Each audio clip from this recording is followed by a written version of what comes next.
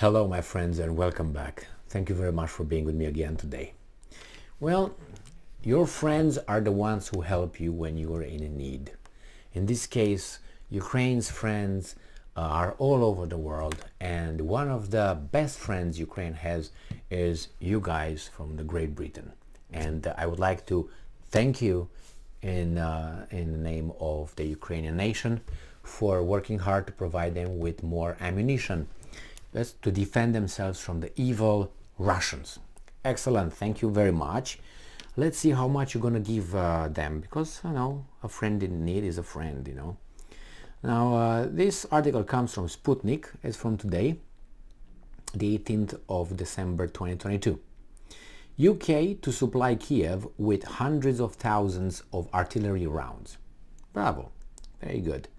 The United Kingdom plans to provide Ukraine with a major artillery package next year, The Guardian reported on Monday. The new aid package, to be announced by British Prime Minister Rishi Maharishi Sunak, will include, and I'm quoting, hundreds of thousands of rounds of artillery ammunition next year under a 250 million pounds, which is $304 million, contract that will ensure a constant flow of critical artillery ammunition to Ukraine throughout 2023. The Prime Minister's office said in a statement quoted by the newspaper. At the end of last month, Sunak said that the United Kingdom intended to maintain its current level of military support for Kiev in 2023, good, or even increase it. Western countries have been providing Kiev with humanitarian, military, and financial aid amid Russia's special military operation in Ukraine. Moscow has denounced the flow of weapons to Ukraine from its Western allies, with Russian Foreign Minister Sergei Lavrov having stressed that any cargo containing weapons from Ukraine would become a legitimate target for Russia. Where? At the shipping or at the receiving? Where is going to be a target? Or both? Shipping would be London and that area. London doesn't produce ammunition, I guess. But anyway, so that means not only this year, but next year, the arms manufacturing companies will have a successful profit, which, thanks to the lucky situation in Ukraine, they are taking advantage of it fully. Well, that's what happens. Sometimes some industries are just simply just lucky. And I know two more industries that are very, very lucky. What a coincidence. One is the finance, which is the international banks that provide countries with money to buy the weapons from these guys, okay? And they provide also countries with money to buy the overcharged fuel, gas, oil, provided by the good guys.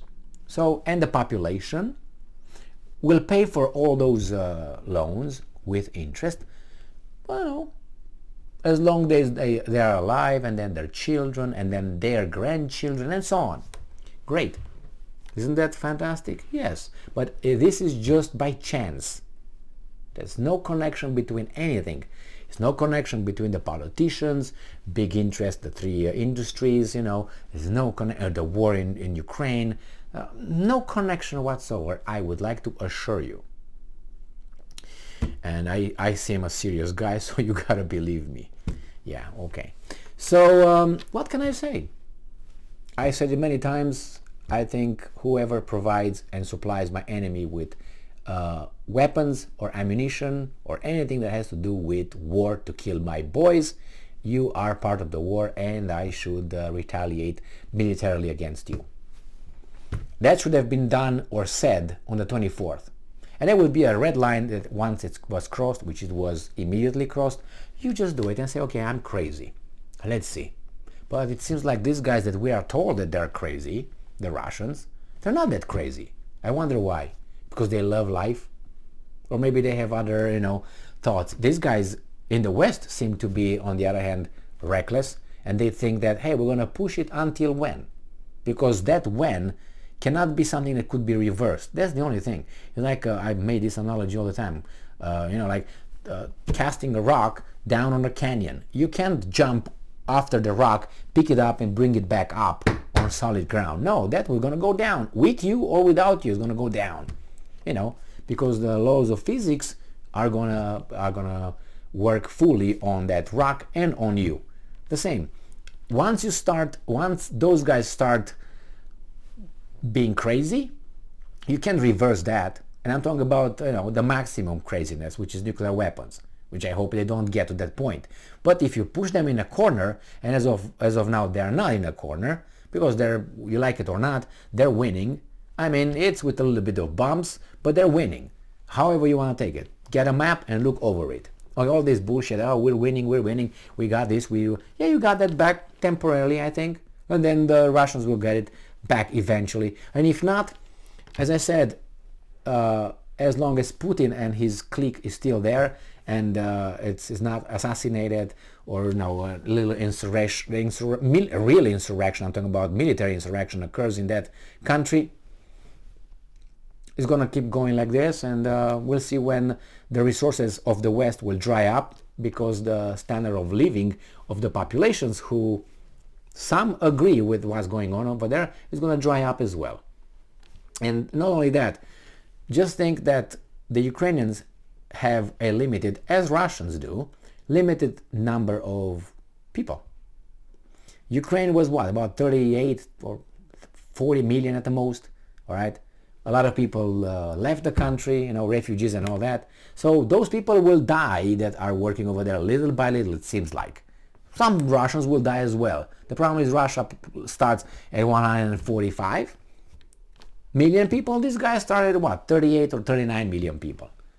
Okay? And out of that you got refugees, which some of them weaseled out, understandably. So when these guys are going to go out, how is NATO going to go in? By pretending that they are all of a sudden threatened by the Russians, the crazy Russians? They can use whatever justification they want. It's just that the West will provide with ammunition and all that, and I think the Russians, I will say, and I'm not going to be the only one, showed a lot of self-restraint from hitting those transports wherever they come from, not when they end up. When they enter Ukraine, only then they're legitimate. No, they're in Poland. Boom! What's Poland gonna do? Attack Russia? Well, send 3 missiles and Poland is no more. But you don't have crazy people over there. See? I mean, however you want to take it. That's irrational and so on. No, they're not irrational. If they were irrational, a lot of things would have happened. Bad things for all of us. Not for Poland or for Ukraine or for the Baltic states or for London or Great Britain or Moscow or that. No, for all of us. Because as I said, once that rock was cast, you can't put it back. Like the genie got out of the bottle or whatever, you can't get him back.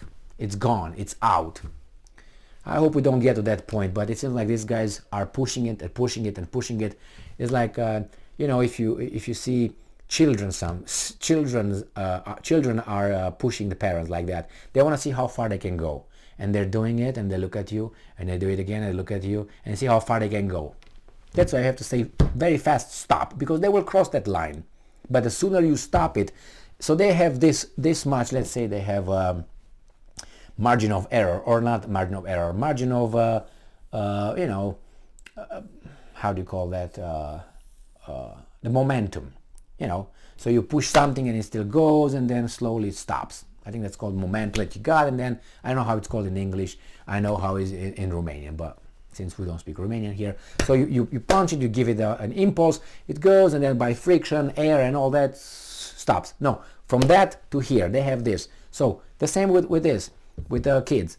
You have to put it fast. You have to stop it right here, But it's going to keep going for a little bit and then stop. So the kid is going to cross the line. But the sooner you stop it, their attempts will be from here to here. But if you just stop it here, he's going to be reaching here. If you stop it here only, he's going to be reaching here. So see how far you have to do it fast. The same. The Russians should have acted fast.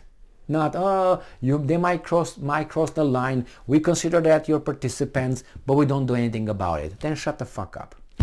That's my advice. Otherwise, you just make a fool out of yourselves, and you just show weaknesses. If you say, "Hey, you crossed the line. Hey, we're going to consider you active participants in the war," are you going to do anything about it? No. Then shut your trap.